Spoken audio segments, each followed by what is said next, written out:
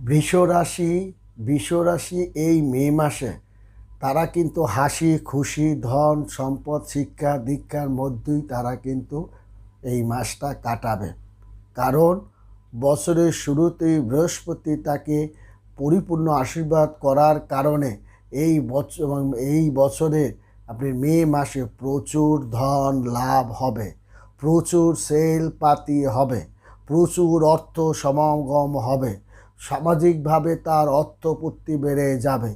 আপনার অলংকার ক্রয় করতে হবে, আপনি অলংকার দানও করতে পারেন, আপনার জুয়েলারি ব্যবসা বাণিজ্যে খুব ভালো যাবে।